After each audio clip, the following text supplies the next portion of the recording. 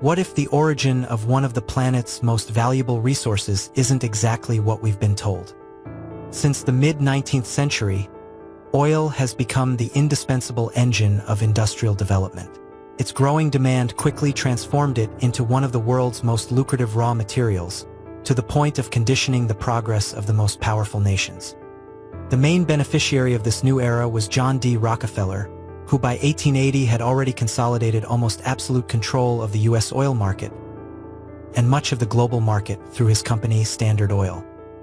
To achieve this, he did not hesitate to resort to aggressive practices: blackmail, intimidation, and legal maneuvers that eliminated the competition and secured him an unprecedented monopoly. His political influence was key to passing laws, regulations, and decisions that greatly favored him. But Rockefeller's reach was not limited to the energy sector. His empire expanded into banking, agriculture, healthcare, education, and science. Knowing his ruthless methods, one might wonder, how did his fortune affect these other areas? The answer seems to lie in the Rockefeller Foundation, created not by chance in the same year as the U.S. Federal Reserve in 1913. Through this institution, it channeled its economic power into funding programs that, according to many critics, not only promoted progress but also conveniently shaped the foundations of medicine, agriculture, education, and scientific research, aligning them with its own strategic interests.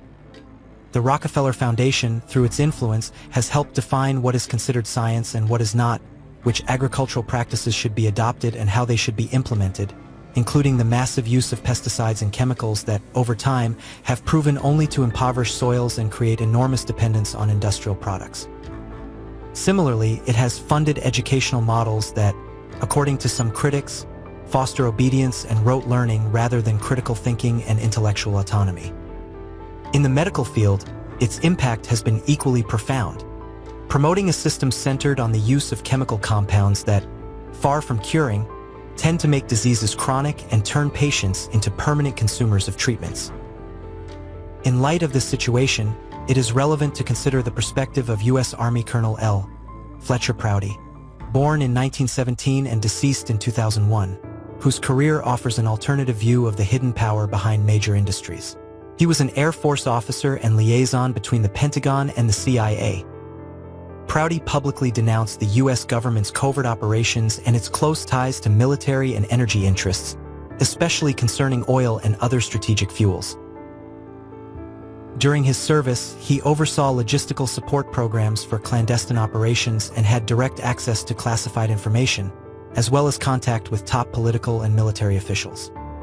This experience allowed him to understand how energy resources, specifically oil, were used as tools of geopolitical domination, and how certain elites shaped the world through decisions that escaped public scrutiny. Colonel L. Fletcher Prouty maintained that oil was a virtually inexhaustible resource, even classifying it as the second most abundant liquid on the planet after water, and therefore it would not have great economic value. So how did it become one of the world's most coveted commodities? Prouty points out that Rockefeller, through his economic and political power, promoted the idea that oil was a scarce and limited resource which drove up its value. To that end, he intervened at the 1892 Geneva Convention, where certain parameters regarding the composition of petroleum were defined. The Colonel suggests that scientists bought by Rockefeller determined that oil was derived from fossilized organic matter, which implied that its formation required millions of years and that, therefore, its availability was finite. However, Prouty points out that no organic fossils have been found below 5 kilometers in depth, whereas today oil is extracted from wells reaching 9 kilometers, or even 12 kilometers, as in the Gulf of Mexico basin. This contradiction fuels the hypothesis among researchers that oil may have a very different origin from what we have been led to believe. Furthermore, the Colonel recounts his participation in international energy congresses, where government agencies and influential figures, such as Henry Kissinger, closely linked to families like the Rockefellers.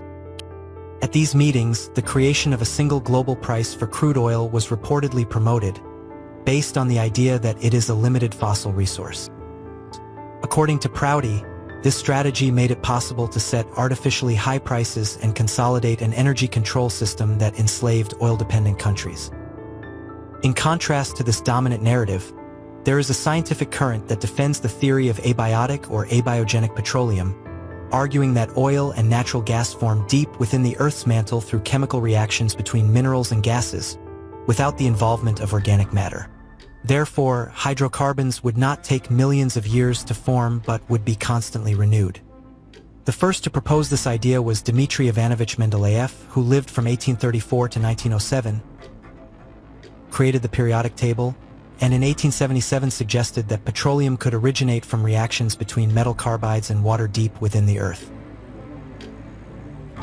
Shortly thereafter, astrophysicist Thomas Gold, who lived from 1920 to 2004, became the most influential proponent of this hypothesis in the West, combining knowledge of physics, geology, and astrobiology. Gold proposed that hydrocarbons formed during the planet's creation from inorganic carbon present in the mantle. This material would slowly ascend through fissures and faults until it reached lower pressure zones in the crust, where it would condense or undergo chemical transformation, giving rise to the various types of oil and gas we know.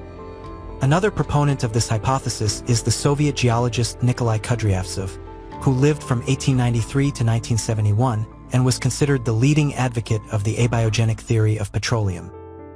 Kudryavtsev observed that many of the world's major oil deposits are located in deep, geologically ancient areas, even in Precambrian rock formations where no fossil remains of complex life exist.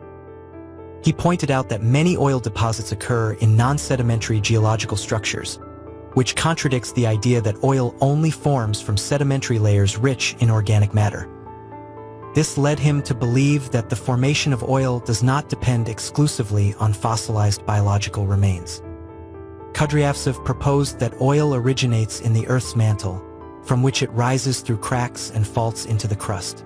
For this reason, there would be no geological limit to its existence, which has led some to speak of the concept of inexhaustible oil, constantly forming within the Earth, even suggesting that surface deposits could be replenished over time. Laboratory tests based on these theories have made it possible to synthesize hydrocarbons from inorganic carbon subjected to high pressures and temperatures, replicating the conditions of the Earth's mantle.